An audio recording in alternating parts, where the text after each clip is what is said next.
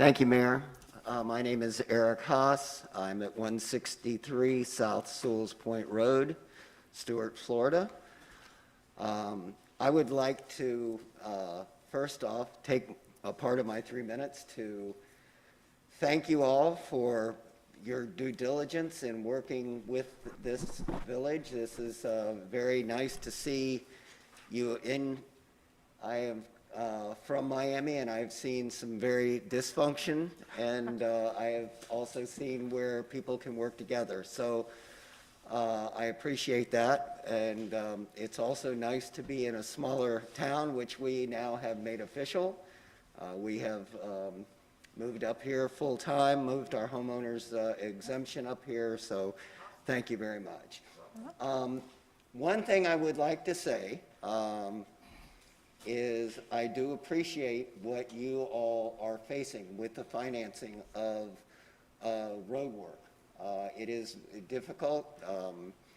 Taxes, no one likes to see their taxes go up, but infrastructure is important.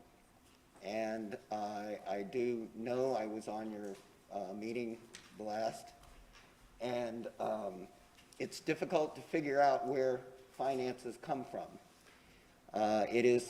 No one wants to see their taxes raised. I am fiscally prudent. I like to know where my money's going. I have been in my own business for over 35 years, and it's difficult to make a decision to put a huge outlay of cash when you don't really know where it's going for. It's kind of like buying your first home. You take a mortgage, you don't have the money. You're hoping that this new home is going to be the appropriate place to live and raise your family and whatever. So you sign that line. You're young, you sign that line, and you're on the hook for 30 years or whatever. You pray, you work, you make it work, and you improve your property. I believe we are in the process, at least on South Sewalls Point, and I know at North Sewalls Point with the sewers, the flood water, the Lord's raising the water, or humans or whomever is raising, but the water is coming up. So we have to address that. And to do that is going to take some finance. So we're going to need to do it. I'm asking you to please consider raising our taxes or looking for financing. Money's cheap now, so this is the time to borrow. And I think you're borrowing for a good thing. It's like paying your mortgage.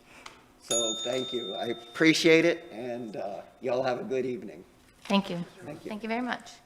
Next, we have Jackie Thurlow-Lippisch.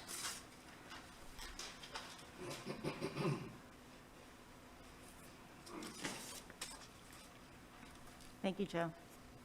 That's what I'm afraid of. Thank you.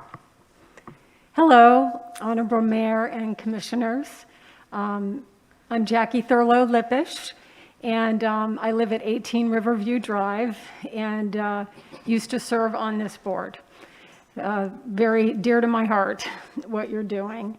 And I wanted to congratulate John Tompek for being on the board. I haven't seen you face to face yet, but congratulations, and all of your expertise will be wonderfully utilized, I'm sure. I'm here tonight because of three things. First of all, I just wanted to commend the town of Sewalls Point on the comments that were made at the legislative delegation by your mayor, Ms. Mayfield. Very well done, and she also gave me a packet of papers for me to read when I got home. I want to commend you on all that you are doing and what your goals are to achieve to do. And you have to think big, and if you think it, it often materializes, and the name of the game is partnerships. South Florida Water Management District, of which I serve, does not grant money, but I am certainly here as a bridge to the Florida Department of Environmental Protection and other state agencies that may be helpful to you. And everybody's on your side. The second thing I'm here about is just to say that I hope you can support water conservation tonight. And I might not be here for the whole meeting, and I'm not really in a position to make any comments on that anyway. It was a determination of our board later last year. But in the end, I think that will be a very positive thing for us learning to live within our means. And believe me, water has a limit, just like a bank account has a limit. And we have to be thinking about it all the time and train ourselves to think that way and plant plants to help us be that way.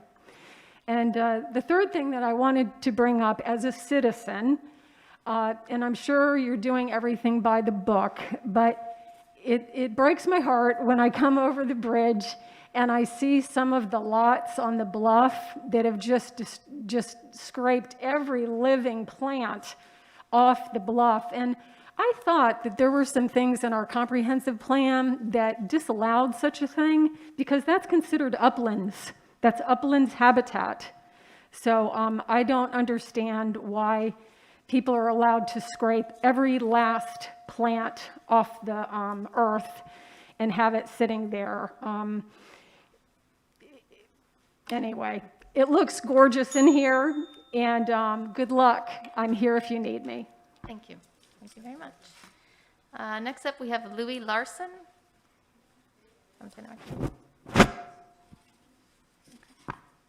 You could state your name and address for the record, please, in 3 minutes.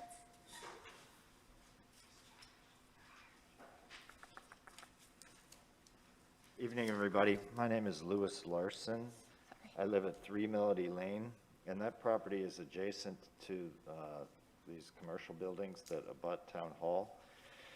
I'm here because I want to explore the possibility to connect to what I hear is a proposed expansion of the sewer project in North Sewalls Point, along with Townhall when this is done, because I have a failing drain field. I know I'm going to have to spend money on that either way, and I'd like to spend mine in a responsible way for the environment. Environmental concerns should be in everyone's interest, and they certainly are in mine. And I'm here because it might be too late, but I'm here to find out who I should talk to in order to connect when this property and these commercial buildings connect to the North Sewalls Point sewer system. Thank you. Thank you very much. And I'm sorry for saying your name wrong. I apologize for that. All right, that's it for public comment on non-agenda items. Let's move on to the consent agenda. Oh, and I did want to say, I forgot to say at the beginning of the meeting that Tom has worked hard, and Michelle and the whole staff with the technology here, and I believe we are doing live streaming currently, kind of the drive run, if you want to fill it in, Michelle, real quick. Yes, Madam Mayor, first let me just say to Mr. Larson, I'll follow up with you tomorrow and get your information and then keep in contact with you, sir, okay? Thank you. So tonight we are still in our trial run phases, and we are live streaming to our YouTube channel. We did not advertise it because we didn't want to have anything go awry and then not be able to shut it down in case we had an audience. So if something does go wrong with audio, we can shut that portion down and then learn from it and keep going. But at this time, we didn't advertise it, so we shouldn't have an audience out there, but we are live streaming, and we will look at the quality of the product at the end. And then potentially, this video will be on our website as well. Excellent.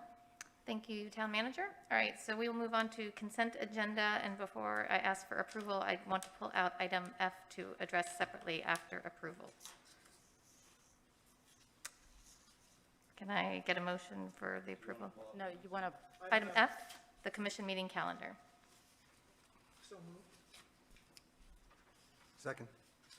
so Madam Mayor, the motion is to move approval on the consent agenda with item F being taken out for discussion? Yes. Okay. F, just do it like item G. Item E, I'm sorry. Okay, so call the vote,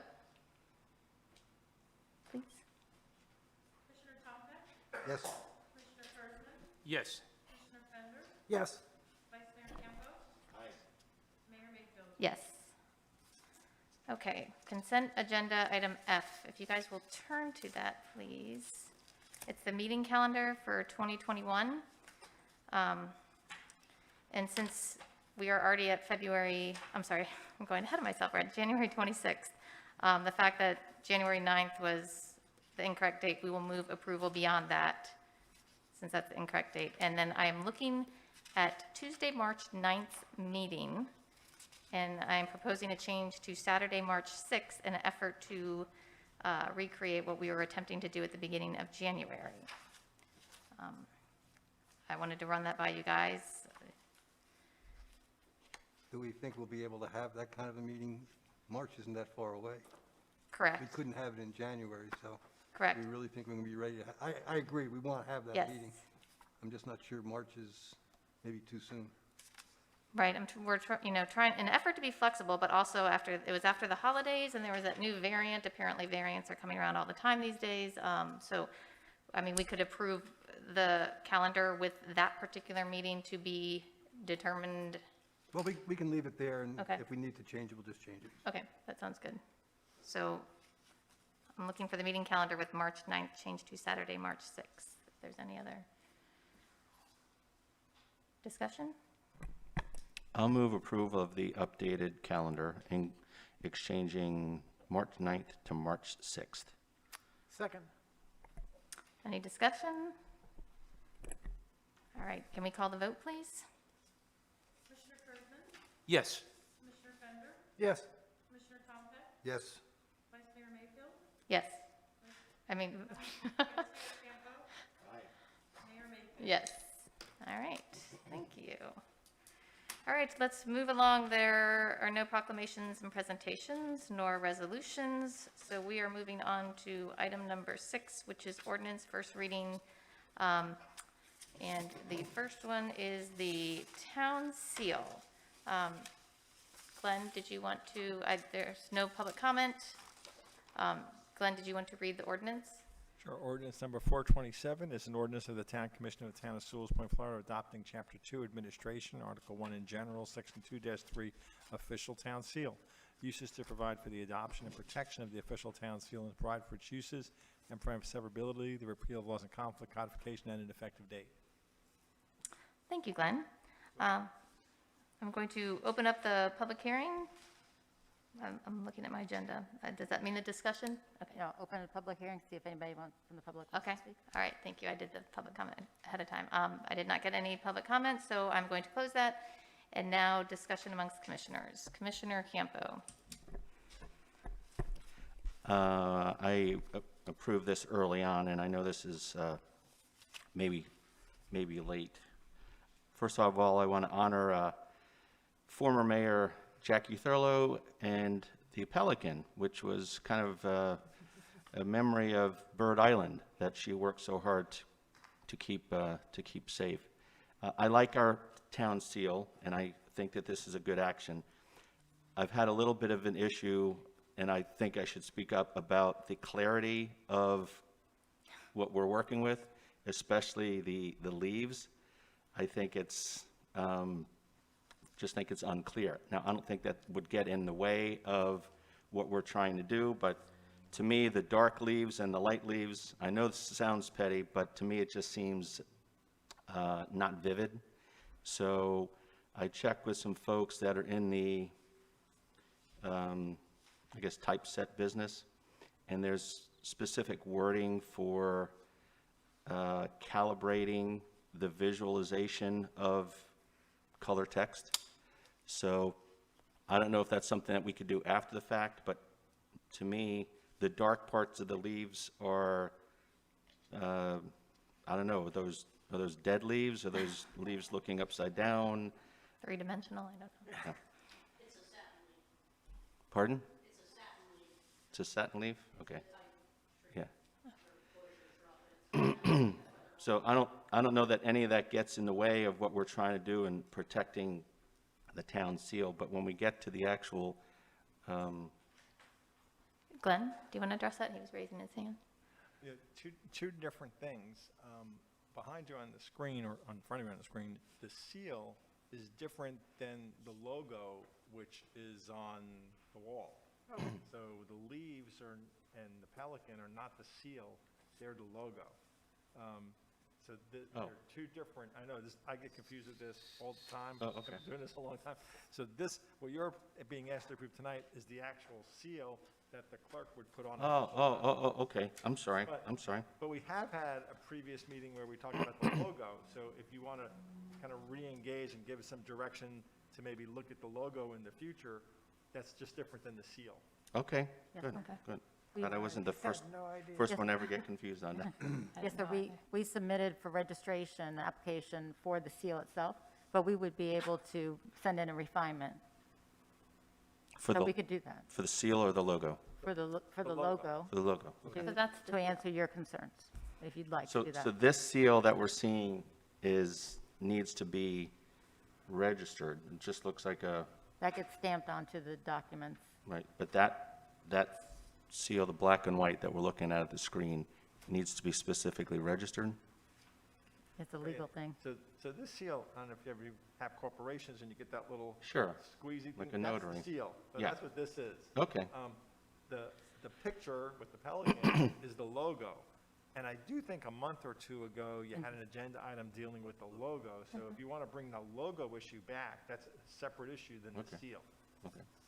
Okay, thank you, Glenn. It's almost like, my law firm, we have No? the seal when I'm signing a corporate resolution, but then on our website, we have the logo, which is very different than the seal. Okay, thank you, Glenn. Any other commissioner comments?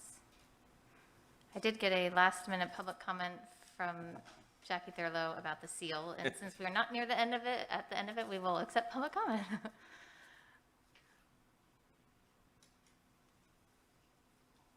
We're going to get our money's worth out of you tonight, Becky.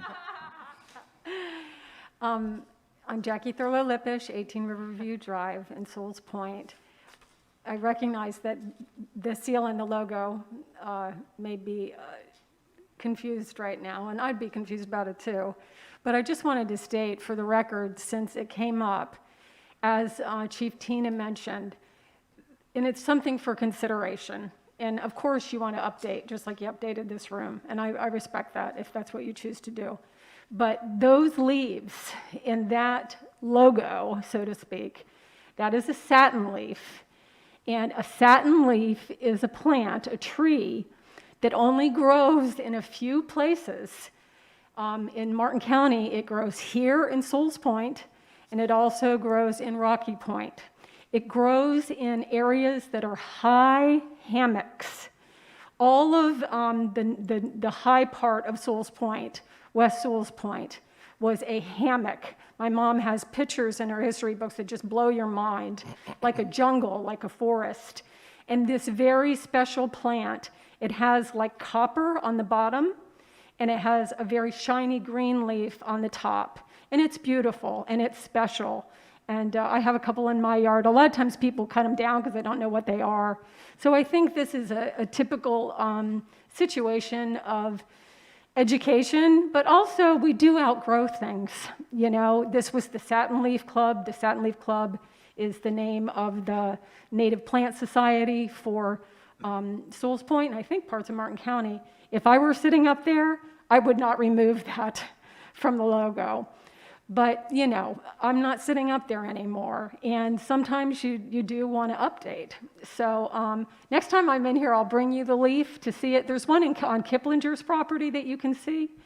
They're beautiful and very rare, and that's why it's on there. And thank you for updating, because we need to update. I understand, but we also need to honor our history and what's special. Thanks for letting me talk. Thank you. So since tonight's ordinance is regarding the seal, I would like to move approval of ordinance number 427. Second.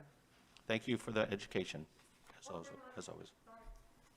I have Commissioner Fender for discussion. I was going to move, but he didn't. Oh, okay. I just All right. seconded. Okay, so any discussion? Hearing none, let's call the vote, please, for approval of ordinance number 427, first reading. Mayor Mayfield? Yes. Aye. Sure. Yes. Yes. Okay.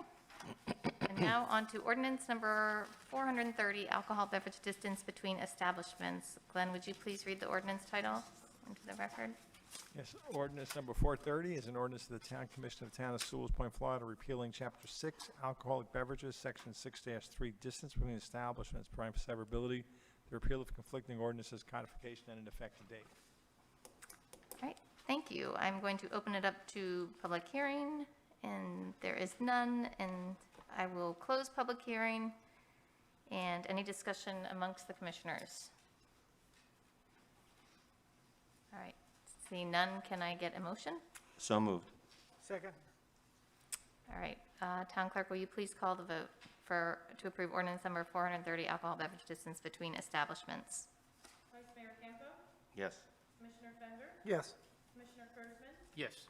Commissioner Tomhead, Yes. Mayor Mayfield. Yes. All right. Now we are moving on to public hearing ordinance second readings. And our first one is ordinance number 428, water conservation, South Florida Water Management District. Glenn, would you please read the ordinance title? Yes, thank you.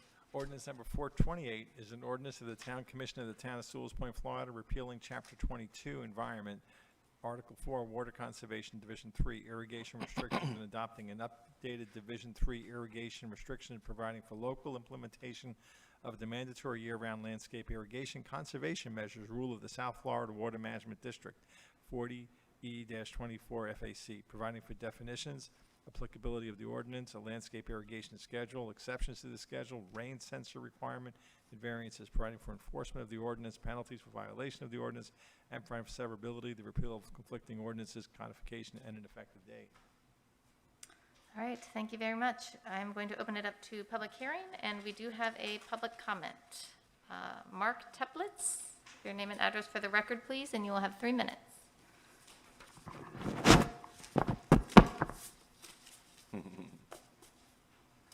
Mark Teplitz, Sewalls Point resident, India Lucy.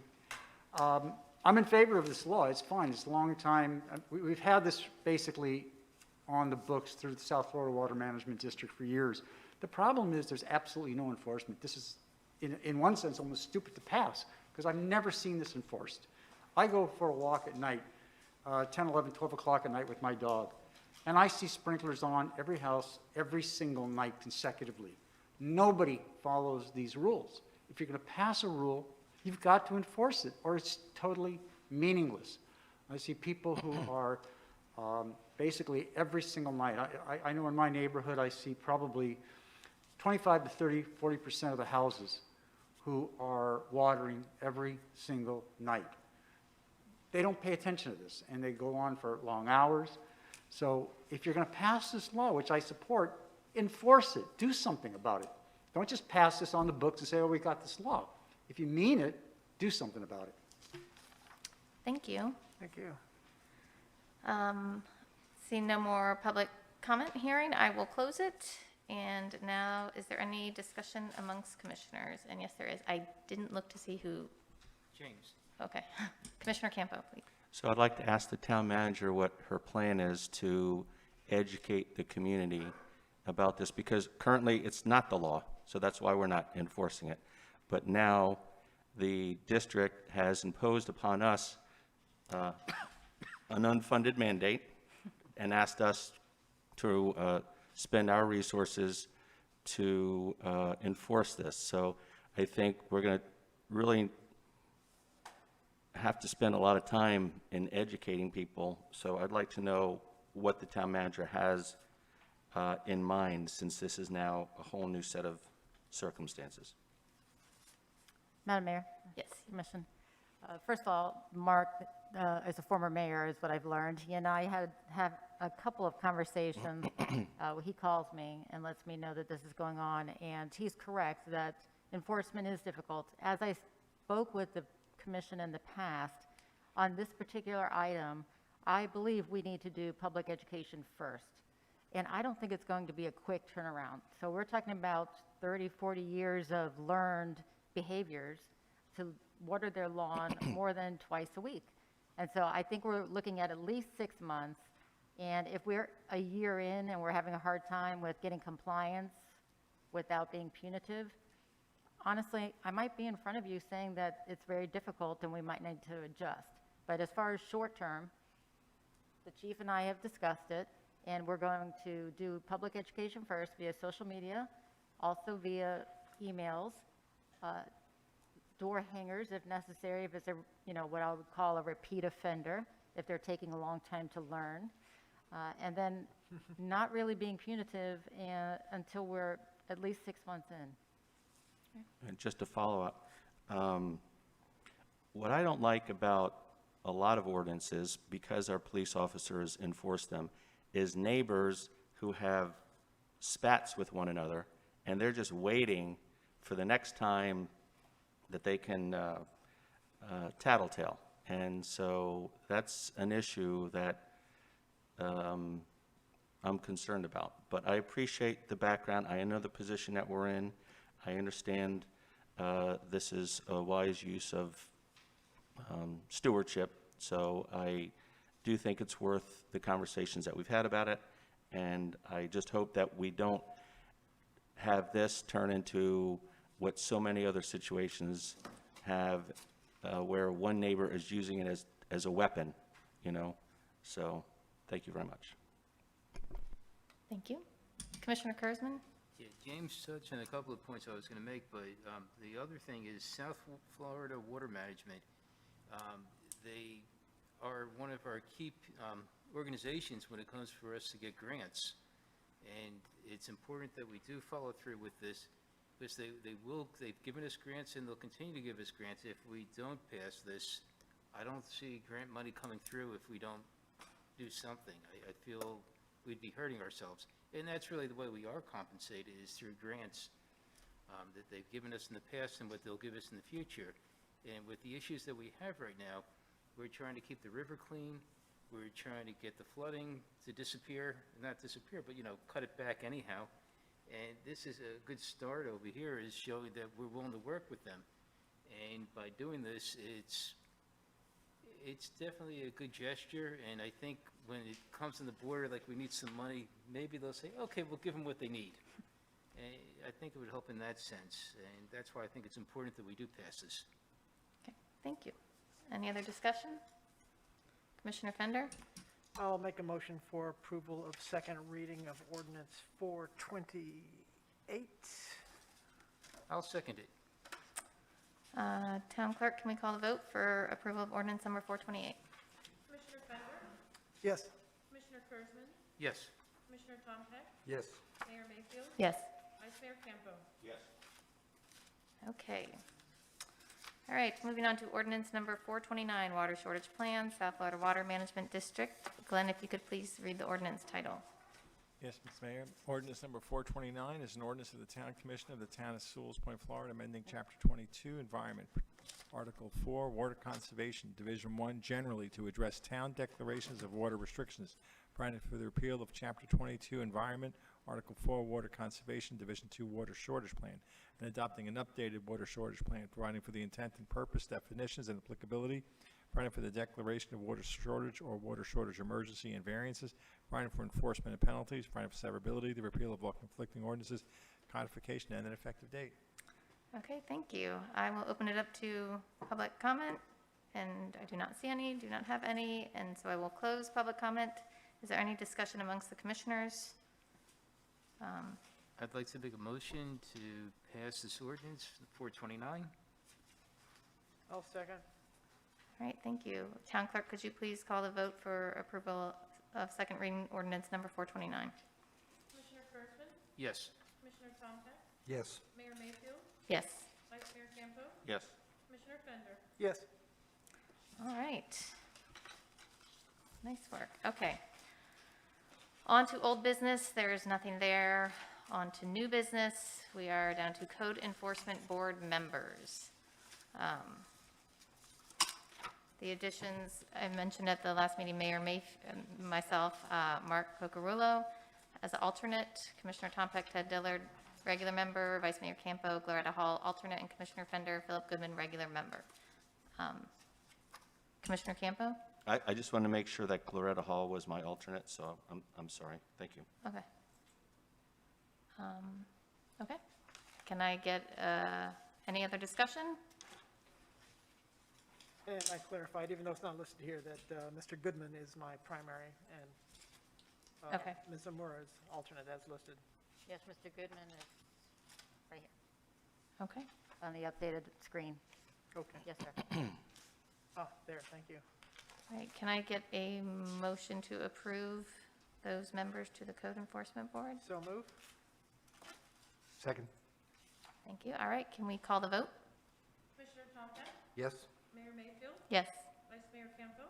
Yes. Commissioner Fender? Yes. Commissioner Kurzman? Yes. All right, now on to Audit Committee members.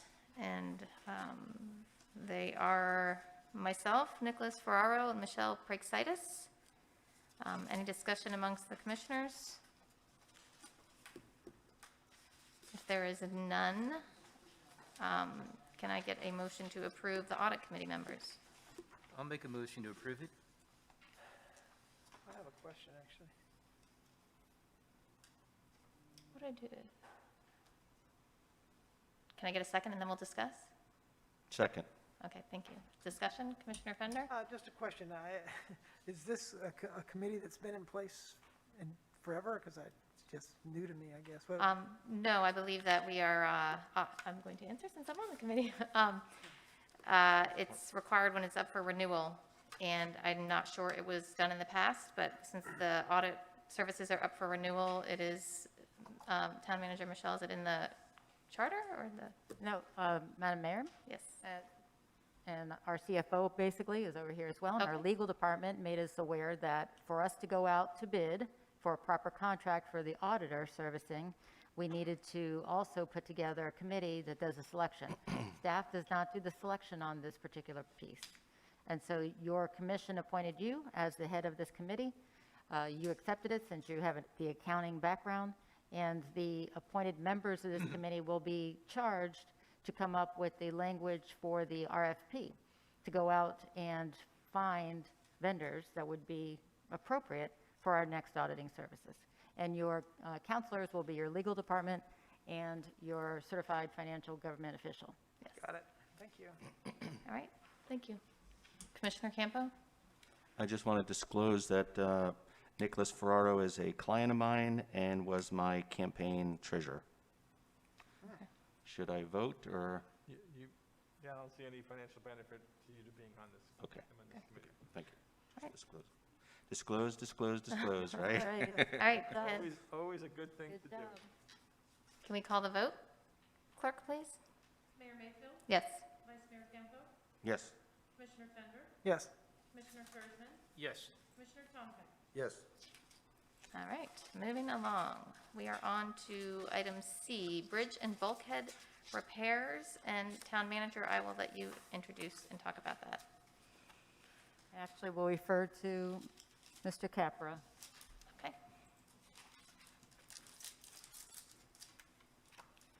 Good evening, Commissioners. Joe Capra for the record. I think this has probably been out there for a little while, but I know about a year ago we had some settlements that you saw on pavement, and we had to go excavate some areas around the first Samara Street Bridge, and we did those repairs. But one of the things we also did was we hired a diver to go out and look at the Sewalls that we have both along South Samara Street 1 bridge. That's the first bridge you encounter when you go into the archipelago. The second bridge is Samara Street 2 bridge. And then we also did the bridge around the Island Road addition. And so we hired a diver to go out and look at the bridge, the seawalls around the bridge and the abutments. And of course, not of course, but unfortunately what happens in these bridges, they get a lot of water, go back and forth for tidal impacts and so forth. And basically we find cracks sometimes where the panels, the concrete bulkhead panels come together. And essentially we need to seal those. And we also need to, we obviously provide some protection of those cracks. We seal them, and then we obviously have to also grout behind them. We actually took in 3 bids on the project, and they're quite different. It depends on who's available and how much work they want. But Commercial Diver Services have done work for us in the past, and we recommend that we hire them for $43,000, $425, to seal these cracks, to clean, seal. They put some cathodic protection on them and so forth. So that's what our recommendation is. The most of the work that we have here, the bulk of the work, just so you know, is generally in the area of the First Samara Street Bridge, which gets quite a bit of impact from heavy wave action and so forth. So anyways, our recommendation is that you hire Commercial Diver Services to complete this work. And Madam Mayor? Yes. The quotes that came in, the bids that came in range from the highest from Aqua Nautique Underwater Works at $313,000 for that work. Second choice, or second ranked, was Ferrara Construction at $93,520. And the lowest bid, which is what staff is recommending you approve, Commercial Diver Services at $43,425. Okay, thank you. I have one question, Joe. I agree with, recommending the 43,000 commercial divers, particularly if you've worked for them and that worked for us in the past. Why would Aquanautic be so high? Just out of curiosity. I mean, that's. Well, a lot of times what we run into is, first of all, they have plenty of work. We did have to solicit bidders for this, and sometimes it took a while to find some people that had the time to get out here and do this. Okay. And so at the time, they probably didn't want to say that they didn't want to do the work, so they gave us a price. Sometimes they may not have the right equipment. Okay. They may not have the right personnel at the time. It's hard to say. For example, the second bidder, which was substantial, was Ferrara. And just so you know, Ferrara's already is working for us on both the Riverview and the Rio Vista outfalls, okay? So it's not like that they're not trying to do our work. It's just certain items they're a little better at. And they've actually done the seawall work for us at the second Samara Street Bridge, Ferrara did. So, I mean, all good contractors, it's just sometimes it's not the right time for them to win a contract, so. That's good, thank you. Commissioner Fender, I think you were first, or? I guess I was just going to ask how this impacts the budget. I mean, are we allocated for this, or is this new? Yes, sir. Town manager? On my memo I have in front of you, it is already budgeted. You already approved it in the budget for line item 541.63. 501? No, excuse me, 541.63, road and bridge improvements. We knew that this improvement was going to need to happen this year, and we budgeted for it. Okay, we know it's coming. Great. Commissioner Tom Peck? Yeah, just a quick, got to ask you a technical question, Joe. How do you seal the cracks? Do you use like a high-strength epoxy or something like that? Yes, there's I don't actually know the one they have here, but it's usually a high-strength epoxy. The first thing they have to do is clean it. They put some coating on it, and then they put because there's steel there, of course, and then they basically put the epoxy on top of that. Thank you. Any other discussion? Commissioner Campo? I have a question, but it might have to wait for Glenn. And I'm in favor of this, and I think that Joe deserves a lot of credit. He pretty much nailed that quote, right? With an estimate of 50, and it came out 44, so good job there, Joe. But, we all have to go over the Evans Curry Bridge, obviously, to come home. About 2%, maybe 1% of our population has got to go over a second bridge, which are residents of Island Road and Archipelago. And I'm wondering, and I'd like to ask Glenn, if the homeowners associations, or if there's a way for us to have those individuals, because this is an ongoing issue, and we're doing a Band-Aid now. We've had other issues in the past. There he is. Just in time, Glenn. Glenn, I was asking the question, since such a few number of the residents are benefiting from bridge repairs. We basically have Island Road and we have Archipelago, which probably would be 2% of our total numbers of households. is there a way that we can assess them, maybe not for this, but in the future, make them aware that these bridges are something that really only benefit, I mean, no one goes down there unless you're going to, go home. In this day where, we're going to be looking for revenues, we're talking about creating new taxes, we're creating new tax schemes, increasing rates. Is one way, we're talking about homeowners associations contributing to the stormwater, where they have written agreements. Is there some way that we can have the few that benefit from this share more than just their general taxation? Yes, you can. There's, the simplest way is probably called a special assessment process, where you're going to assess people for improvements that directly benefit them. It's traditionally seen more if you're, say, paving First Street, and the residents on First Street then vote to have their road paved, and they pay an assessment for the paving of First Street, and the people on Second Street don't pay for it. You generally need some kind of a study done, some kind of a consultant to establish that, yes, indeed, these residents of this area are the primary beneficiaries. And I don't remember the percentages, it's not just like 51%, but if they really are the primary beneficiaries, then you can look at setting some kind of an assessment. So Joe, could you tell us what you anticipate future maintenance costs? Is this the last time that we're going to spend money on those bridges, or is this a continuing issue that we might want to invest money in such a consultant to see if we could carve out special assessments in the future? Well, the best I can tell you is what we've done in the past for maintenance and so forth. And quite frankly, the Samara Street archipelago area puts quite a bit of money, infrastructure repair money from the town. We've replaced both of the bridges on Samara Street, something that the commissioners at that time were very reluctant to do, but unfortunately didn't figure out a way to get away from it. There's significant seawalls there. Certainly when hurricanes have hit, those have received the most damage in both of those areas. We've had people that live along those areas have had large construction vehicles that have had to cross those bridges, and we've had problems at times in the past, for example, on the Island Road Bridge. We've had people with barges that come up to those bridges because there's usually a vacant area adjacent to them where they have to unload fill and so forth from dredging. So, and it's usually the people that live in those areas that are having their canals dredged and so forth. So to answer your question, I was just trying to tell you who uses them and what kind of problems we've had in these areas. But, the seawalls are all getting older. And if you, I know you probably didn't have time to read some of the stuff I sent the last time, but I gave you a list of maintenance items out there.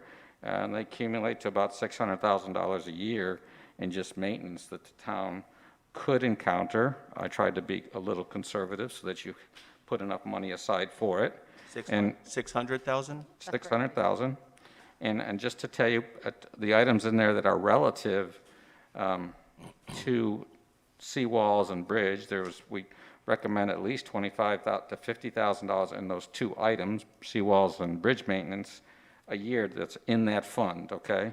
Not that we use it every year, but as you can see, we've used it 1 year here already, and plus if you think about the money we've put in patching the road, which was another $50,000, we have come up to using a certain, substantial amount of money in those areas. So, so to point out, in just the maintenance, we're asking you to put aside about $50,000 for this item a year. Again, just to make sure that's there for if there's a problem. That just address seawalls and bridges, okay? Because just so everybody knows, but every 2 years, the DOT provides an underwater inspection of our bridges, okay?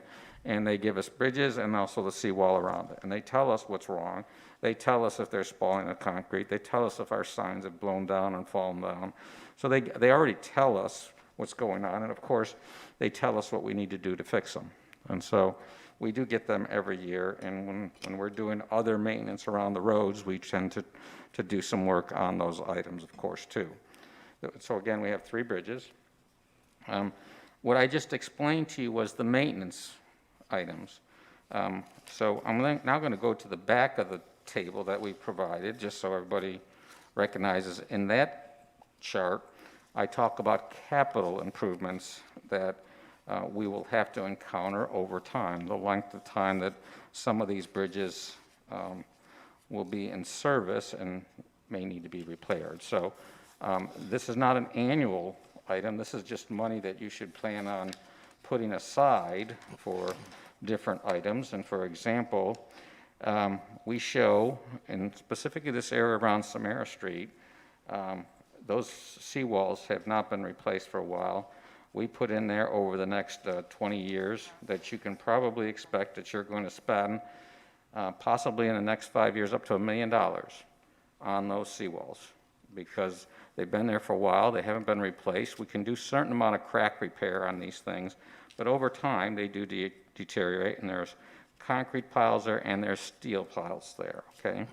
So we're recommending that you have a capital investment put aside for about $1 million that you could encounter there. The second thing is possibly within the next 10 years, you could see a replacement of the Island Road Bridge. Remember, we've replaced the Samara Street 1 and Samara Street 2 bridges. We have not replaced the Island Road Bridge, which I believe was built in the 64, I believe is the date on that. So that's a $750,000 number that I've recommended that you consider that will be needed to be spent in 10 years. So, I mean, you don't need to spend this stunt money right now. We obviously keep our eye on it, but if you ask me, are we going to see needs for more expenditure of funds here? The answer is yes. I can't always predict when that's going to happen, but if we get hurricanes, the hurricane may not damage those items during the hurricane, but they certainly weaken what's there, okay? You might have a boat or something that hits it. You might have any number of things that will hit those bulkheads or bridges, and we may not see all of a sudden that there's a problem, but within 5 years, we may see a catastrophic problem there. So I'm only telling you these things to tell you that we could see quite a bit of money spent in just those 2 items themselves. Now, I didn't plan on repairing or replacing either Samara Street Bridge, because they're not that old. They were done in the 90s. But the fact of the matter is I did plan on, you might need something on the Island Road Bridge. Did I answer your question? If my fellow, can I say fellow commissioners anymore, or fellow people? Sorry. If my fellow commissioners would agree, we might workshop in February and take a look closer at this, where maybe you could summarize those maintenance and capital costs, and maybe the town manager can get from the town attorney what the creation of a special assessment mechanism would be, and maybe that would be something that we would look at if the other commissioners were in favor. Commissioner Kurzman? Yeah, I appreciate that idea. And one of the things I'd say we probably have approximately, I was thinking, I was trying to count how many homes there are while you were talking at the same time. I'm guessing approximately 50 homes between the 2 communities you mentioned. If we were to add like a $200 a month, because when you live in any type of, a lot of these neighborhoods, especially along the water, a lot of them do charge you a special assessment in that type of community. If each one of them paid $200 a month, it'd be $2,400 a year, and you'd be generating there's your $100,000 a year right there. And it would definitely help the rest of the taxpayers who don't benefit from those bridges. And it would be pretty sufficient. I think it would be a great idea to workshop that personally. Thank you. Commissioner Fender? I'm just going to say, I don't disagree with your statements, but I would say that in some respect, we do benefit from those bridges in town, both aesthetically and as part of the ambiance of our community. So, you know, it's not like we get nothing from it. Town Manager Berger? I appreciate you looking at that. We will absolutely bring some information back to you. What you have in front of you on the screen is the presentation you had last meeting, which is from the workshop. And so on the left-hand side, you can see that there's a forecast for capital improvements. And while that is in the, you know, not not too near future. If you think it's 10 years out because of the life cycle of a bridge and the life cycle of a seawall, that's, some of you could still be sitting on this board and dealing with it and living here. So I think it's appropriate to plan into the future. And while they are absolutely a benefit and an asset to the entire town, it does not mean that the entire town should subsidize the needs that go on for access. And so we can come up with a formula that it's not maybe 100% with that group, but certainly the major contributors. Thank you for allowing us to take a look at that.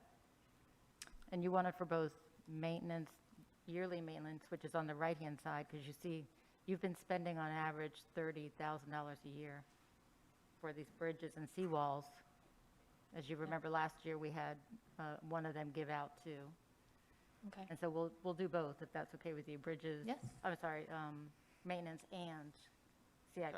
Okay. That sounds good, and either at the February or March. Your February workshop is pretty packed right now. Okay, so maybe the March, is that okay, Commissioner It Kimbo? would take us, it'll Okay. take us some time to get that together, so if that's okay to move it to a March, April.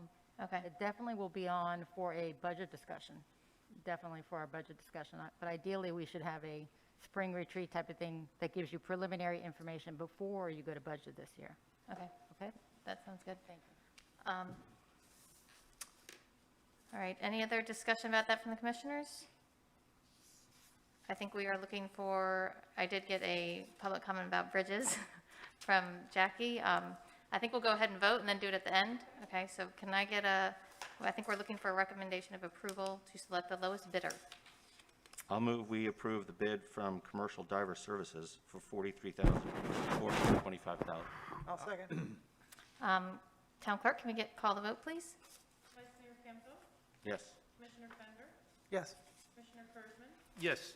Commissioner Tompak, Yes. Mayor Mayfield. Yes. Okay. Jackie, if you want to come up for your 3 minutes on bridges?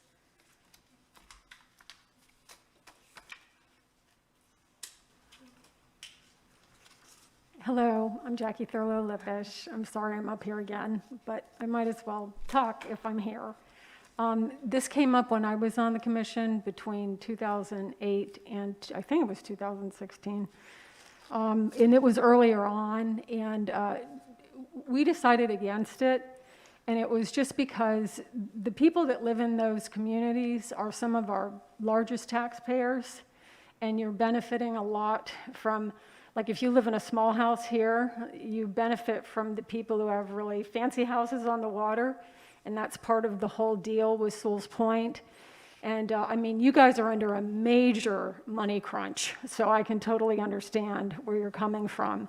But it's going to be an issue, separating neighborhoods and making them pay more, and people will argue that other people use those roads. And when I was on the commission, there was even a threat of closing the road if we did it, because it's, people would say it's private, go back into the title work. So, sometimes we raise taxes for all of us to support all of us, because we are the town of Sewalls Point, and nobody likes to raise taxes, but sometimes it's easier to do it if you don't point people out, because they're not just the rich people, they're the people who are helping create this community and make all of us Sewalls Point. All right, thank you. All right, now we will move on to D, Tyson Waters Agreement Code Enforcement Town Attorney Contract. Town Manager, if you want to explain it? Yes, ma'am. Madam Mayor, Commissioners, as we were moving through the process of ensuring all of our contracts are in place, we recognized that we needed a new contract for our attorney that advises our Code Enforcement Board. And so before you now is the latest contract for Tyson Waters. He's been with us for years already, operating under the older contract with Fox and Group. Can't remember the rest of the partners. On this contract, it also allows him to exercise as a special magistrate. So our charter and code do allow that process, and so we are exercising the full option with the current contract. And we have the option. Our default will always be code enforcement unless there's a special reason to move forward with the special magistrate. Okay. Any discussion from the commissioners? Sorry. Commissioner Campo. My issue of the, every contractor we hire, and that is that we are going to require our professionals to carry errors and omissions insurance. I don't know, this isn't quite the contract per se, but we got in some issues when we hired a professional earlier. I don't see any discussion about insurance requirement. But I will say that I think this is a great move to make. We have basically a lot of new members on the code enforcement. So to have that institutional knowledge of Tyson, I've heard great things about him, I think would be a good thing. I just think we should get in the habit of making sure everyone's carrying the right insurance. So I'll move approval of this agreement. And Madam Mayor, would you like me to add a paragraph then that says he will have, professional liability, errors and omission insurance? I think so. Easy Seems enough. reasonable to Sure, me. it has that. Should you make an amendment to say that? Do you want to add that? Sure. I'll amend that the contract include a provision where the attorney has errors and omissions insurance. He's with Fox Joaquin, Yes. did you say? Yes, sir. I'm not sure, is this a profession that would carry errors and omissions? Oh, sure. Yeah, Attorneys make mistakes all the time. I'm sure they have, professional liability, errors and omissions, and Okay. I don't think that'll be a problem at all. Okay. Yeah, especially if he's acting as our magistrate. I mean, We can do that. We're good? Okay. Okay, looking for a second, I believe. Second? All right, any discussion? No more, then we will call the vote. Town clerk, please. Commissioner Fender, Yes. Commissioner Kurzman, Yes. Commissioner Tombeck, Yes. Mayor Mayfield, Yes. Vice Mayor Campo. yes. All right. Now we are, nothing up for discussion. We are on to commission updates and staff closing comments. No public comment on this, so I'd like- Mayor Berger? Mayor Berger. Well, that sounds nice, but never All the will Ms. happen. Yes, Never will Freudian. happen. Mayor Mayfield and commissioners, we have a couple of updates that we'll try and keep it brief. Thank you so much for this efficient meeting tonight. We have before us opportunities to meet in workshop form where we can truly make some impact with these large projects, especially in our stormwater. And I had an opportunity to meet with Dr. Kim Delaney from the Treasure Coast Regional Planning Council recently. We had coffee together to speak about the projects that are currently going on and the complications, which especially around funding. And I just was seeking her guidance, what do you know about and what have other communities done? And in speaking with her, and then also town engineer shared the plans with her, she has offered the services of Treasure Coast Regional Planning Council to come, and perhaps even in the March meeting, when we're all together in that type of format, offer guidance more like a visioning, but specific to the projects. And then guiding on how to assist with finding methodologies for paying for these things. With, of course, the full 360 gamut of what goes along with that, which includes public education.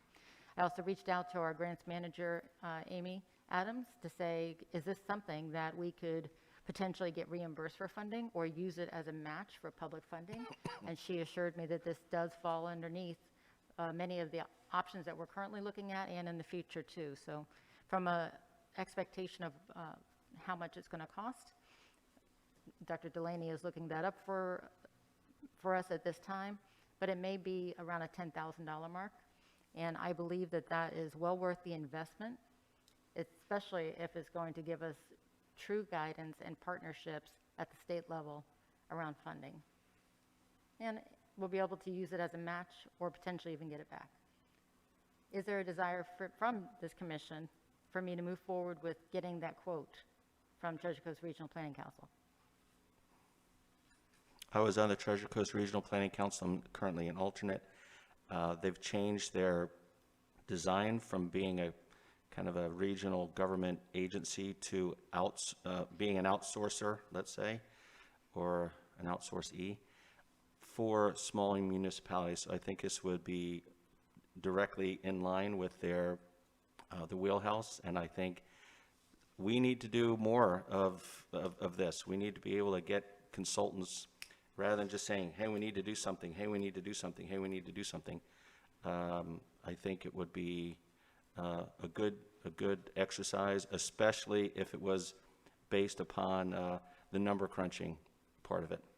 So I think that's great ingenuity, and I think Kim Delaney is a very energetic. You'd probably be two peas in a pod. And I do enjoy her. I'm sorry it wasn't in your backup material, but it's just started to formalize in the last couple of days. Okay.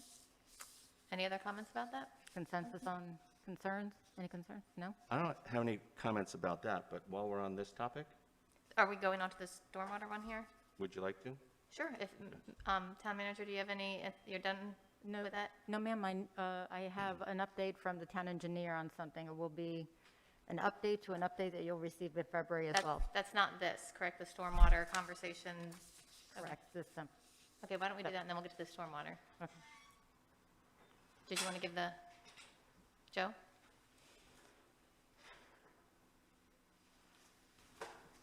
Okay, I think I just want to make sure I'm on the same page, what you want me to talk about, because I can talk about a lot of projects. Well, So, town manager had said you had an update about something else, and Commissioner Campo wanted to address the thing that was in our packet about the estimate for, you touched on it earlier, the estimate for maintenance for stormwater. So okay, Okay. well, I think that the item that I would like to just talk about real briefly is the South Sewalls Point Road Phase 1 project. Okay. Okay, is under construction. And as you know, we have broken what is called Phase 1 into two parts. One part is the northern part that's between Sewalls Meadows and Margarita, which we are building, and we are building a stormwater treatment area there. The southern, and that we call Part 2, that's under construction, and we are using DEP grants for that, as well as Indian River Lagoon money for that. And the second, or the third part, is from there along through the Mandalay subdivision, as well as to White Fence Anchors, all the way to High Point. And that project is waiting on funding from FEMA approval. We have state FEMA approval for it, and we're waiting on federal FEMA to say they're willing to provide the funds and give us a contract for construction. And I just want you to know, our contractor, we were kind of hoping that this project would one would dovetail right after the other and everything would work out, but unfortunately, we've been told that the money for the Part 3 is not available yet, and we still have to get some reviews done. And I just want you to know that our contractor is probably a month and a half away from completing what he needs to in the Part 2 area. And Part 3 may have to wait. And if that happens, they may have to pull off and come back, or we're looking at different options. But I just want you to know about that. The reason we went forward with one part without the other is because the two grant funding sources we had, we were told that, quite frankly, they would not give us any more money until we spent the money we had. So we have reasons for all of this. It's not like we didn't logistically consider all this, but I just want you to know we're at that point where we really need to get FEMA to release that contract. And, you know, there's a lot of discussion. I know I talked with Mr. Haas earlier. One of the things that you should understand is FEMA was very insistent that we do not spend any money in the construction phase until they approve that contract, or we may not be able to get reimbursement for it. So it's not as easy as you go forward and spend the money and then expect the reimbursement afterwards. So we need to look at an option, see if there's any other options there. But I just want to let you know that because you know, the contractor's working as hard as he can. He's doing a good job. It certainly is a benefit to us to finish this as soon as possible because, as you know, if we belabor this, we're going to get into the wet season. And we're in an area that's very low-lying. And obviously, it's nice to get it done now when it's dry and the ability for us to get the work done. But of course, as we've stated all along, until we have the grant funds in place, we were not going to sign contracts to allow people to move forward with work that obviously we don't have these grants to pay for. So that's where we're at, and we're working as hard as we can to try to get FEMA to release that money.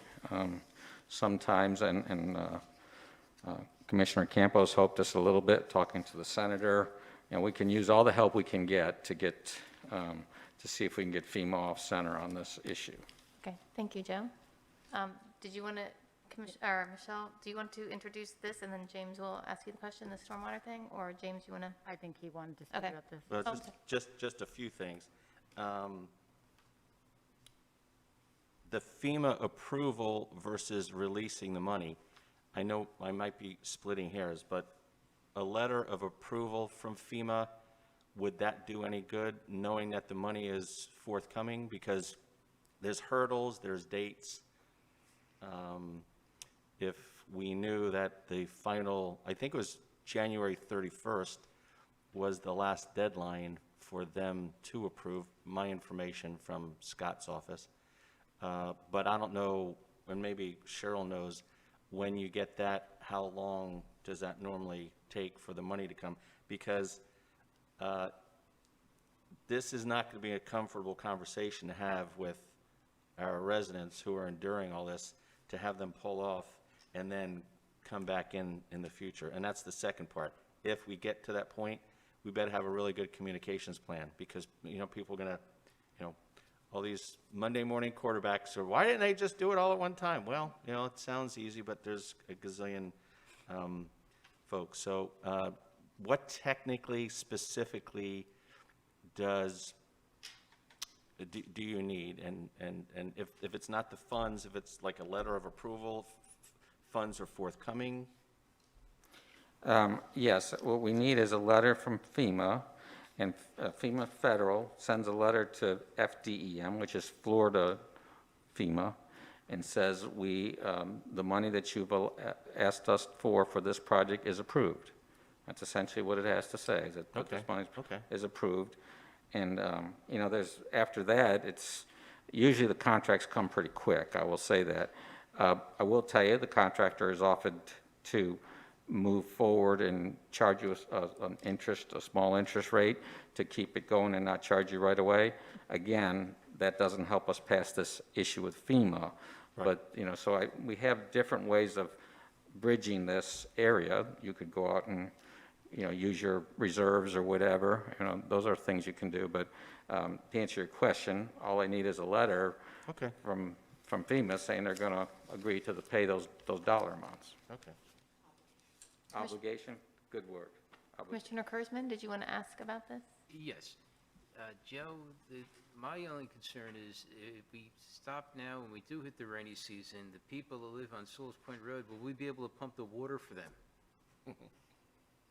Because now we have the roads raised, but with no place for the water to go. We have drains, but the drains only hold so much water. Without them being able to, and especially if we have the higher king tides, all the water is going to sit there without the pumps. And it's going to go nowhere. We don't have the retention pond that's supposed to take on a lot of the water. So this could be a catastrophe, because you're going to have septic tanks underwater, up and down Sewalls Point Road. This water's got to go somewhere. It can't just sit. I mean, we have to figure, what can we do to make this happen? Who do we have to knock on the door of? Is there a place, a person? Can we call? Let's give it a month.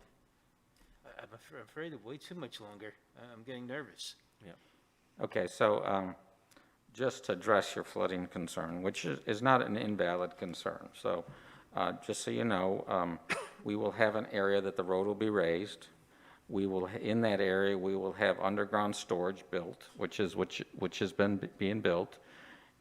We will have, what happens now is that pipe system takes everything to the stormwater treatment area, which we will have partially constructed, and that, without getting into too much detail, has created a little problem, because we need to excavate, and we need to plan on, the goal was to use the fill that we got out of that area to help address the grading adjacent to the raised road in the Part 3 area. So we will get enough excavation out of that area so water can transmit through the STA area and go across a weir, okay? So the only issue you have is the original plan, we had one pump, and that was in Part 3, because that's the lowest area. We are now, we actually finally obtained permits from the Water Management District, and essentially we're going to end up having 2 pumps.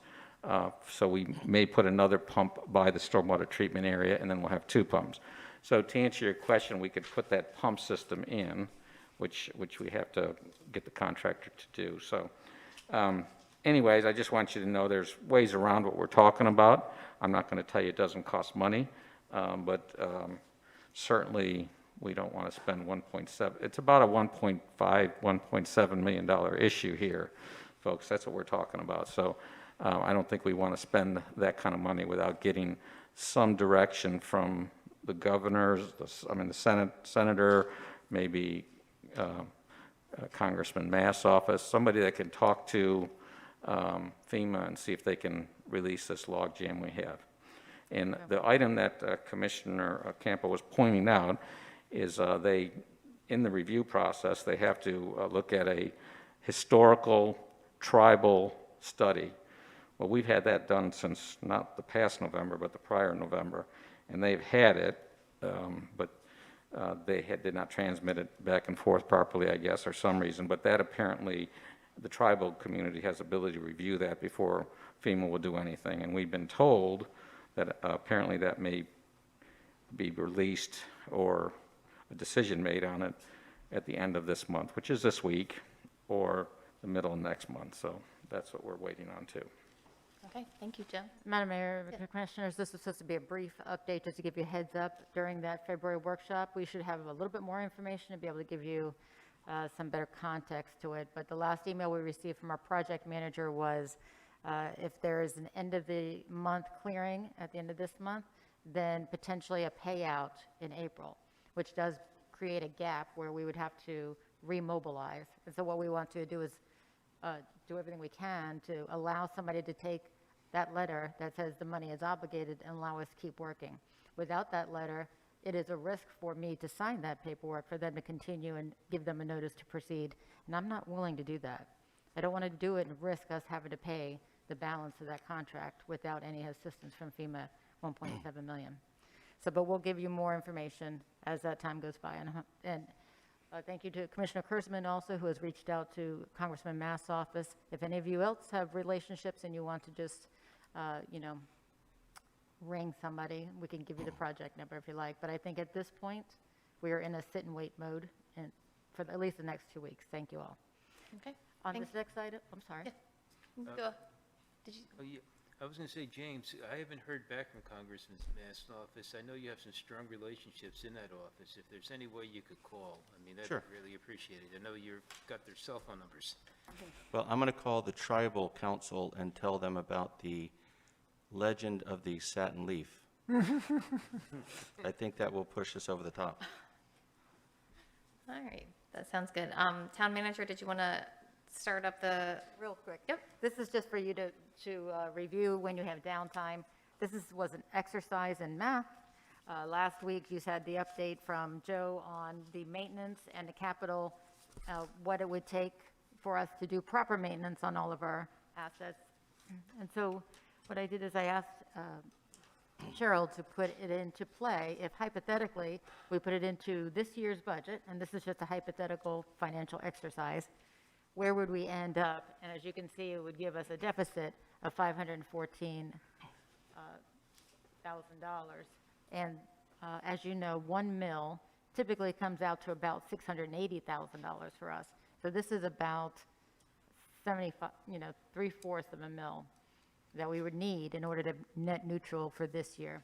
And so this is the type of thing that we're looking at to bring back to you in our big workshop, allocating specific amounts of a mill broken down for activities or vendors. So say if it's an activity for stormwater or it's paying for the fire district, we're really going to start to break this down for you to be able to see that. And specific to the projects, that's what Dr. Delaney will be able to offer us as well. That's for your leisure. Thank you. Any comments on that? Commissioner Campo? Well, I have some good news. I've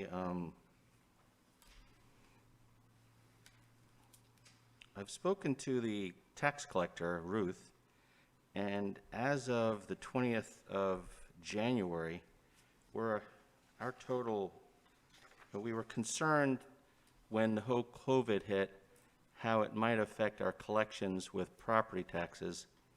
And we were very, I think, conservative with how we budgeted for that. We've collected, or she has collected, about 90% of our property taxes, which was only really due November the 1st. And when you look at our year-end budget under the stewardship of then-Mayor Fender, we collected over 100% of property taxes, yet when I went door to door. the Girl Scout cookies did the trick, okay.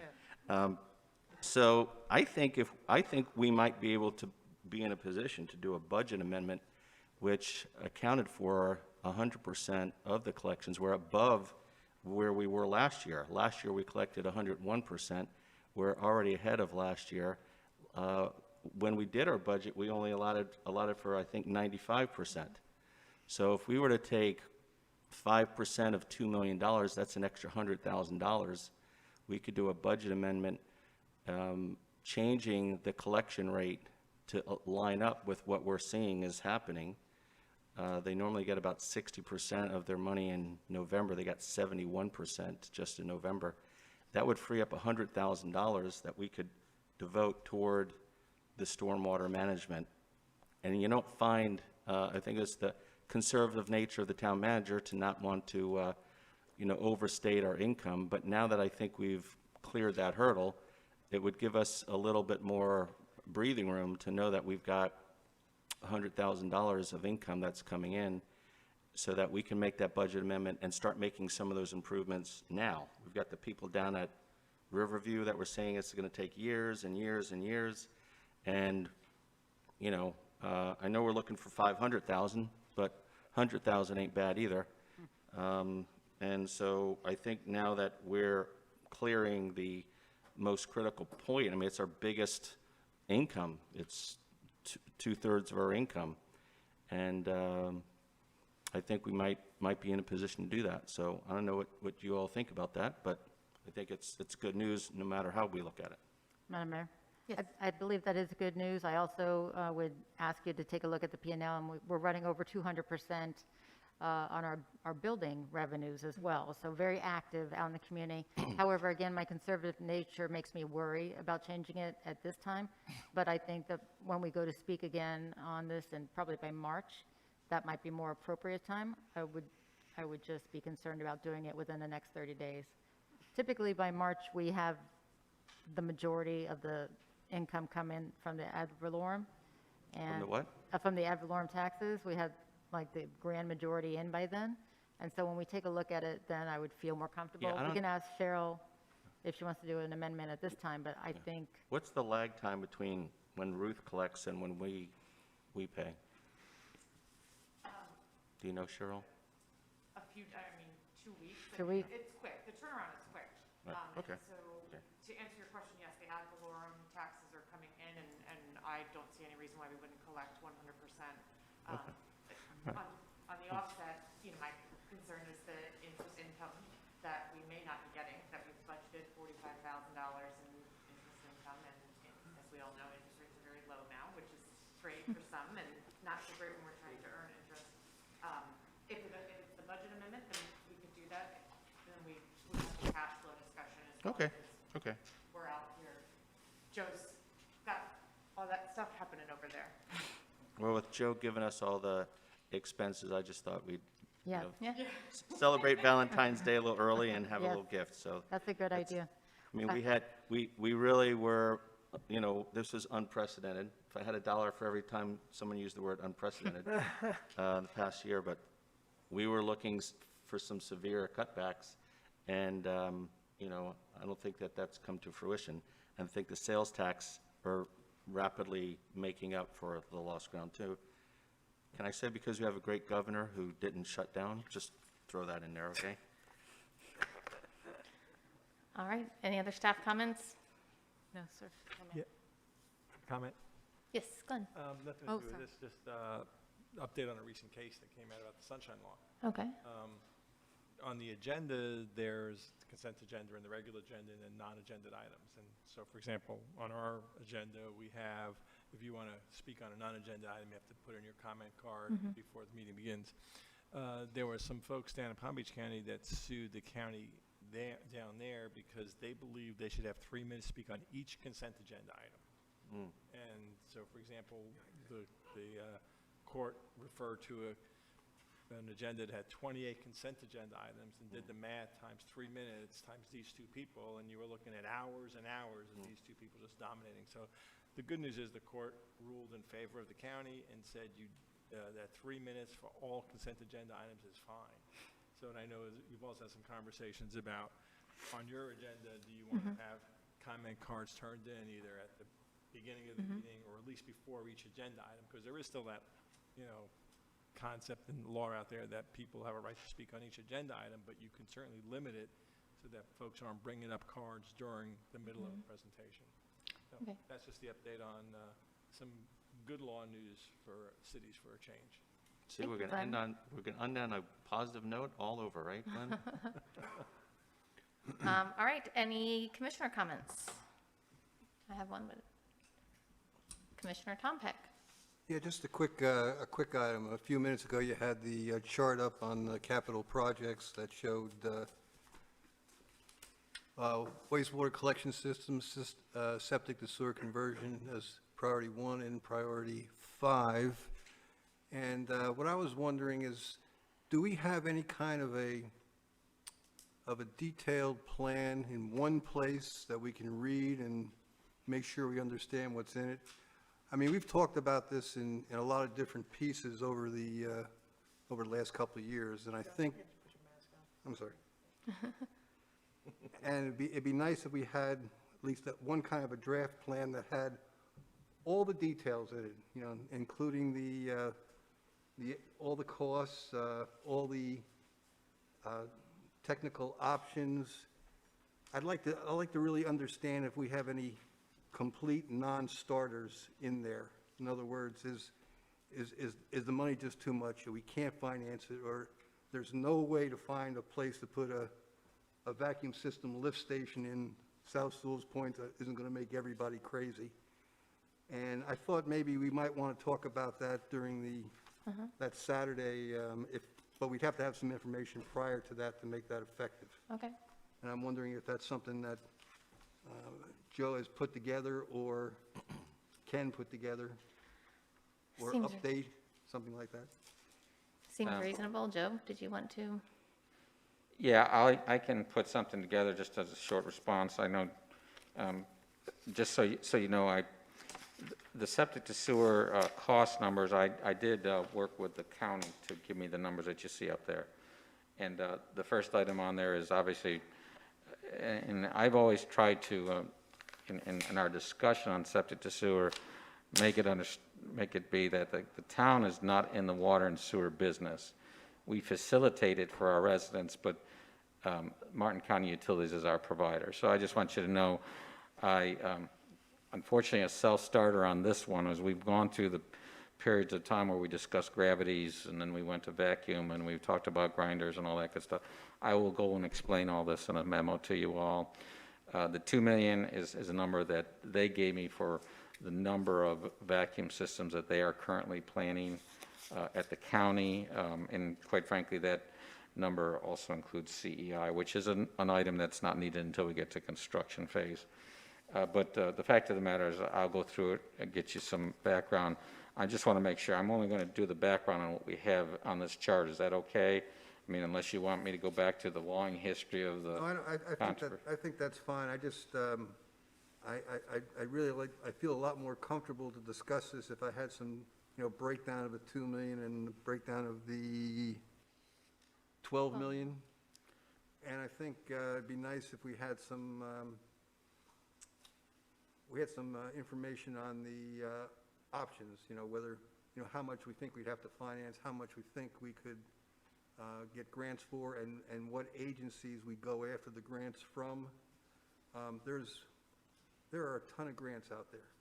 Now, we just recently got one, a $500,000, just, very easy to, hook in 50 homes.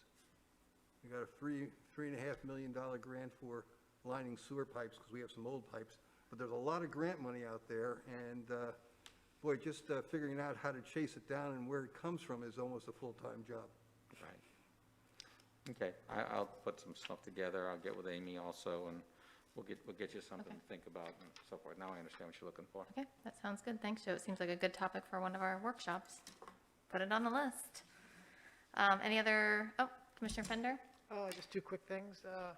First is that obviously with the great progress we're making on construction also is leading to some traffic issues, and I just want to commend the chief and her staff for staying on top of the traffic speeding issues around the side streets. I get a lot of calls just because that detour is right at Oakwood where we're at, and so I'm walking my dog there every day, and so both the edging of the streets are getting torn up just from people rounding the corners, but also I'm hearing requests for speed bumps and things, which seems draconian to me, but I'll absolutely support it if the outcry continues on.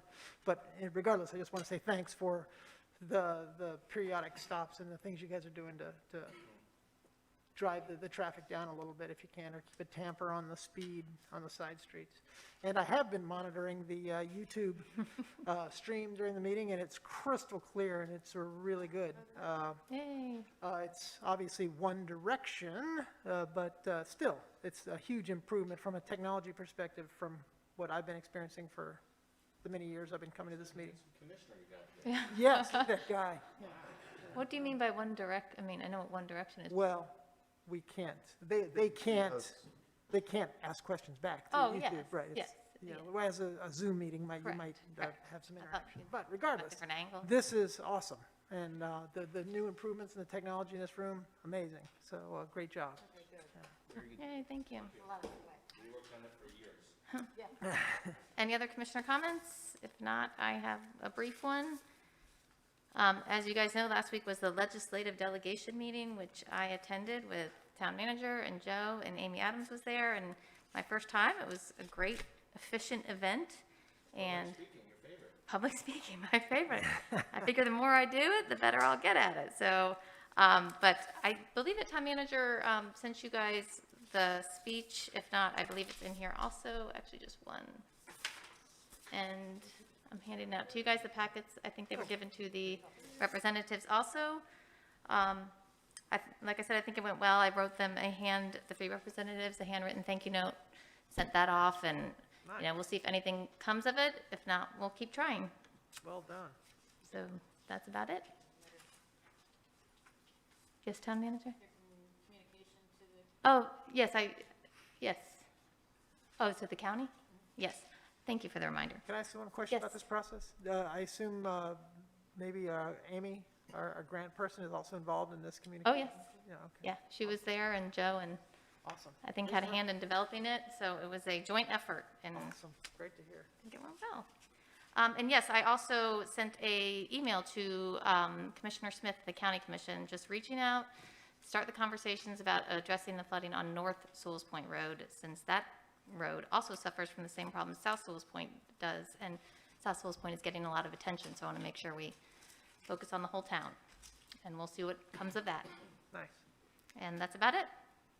And if there is nothing else, can I get a motion to adjourn? All right, Second. meeting adjourned.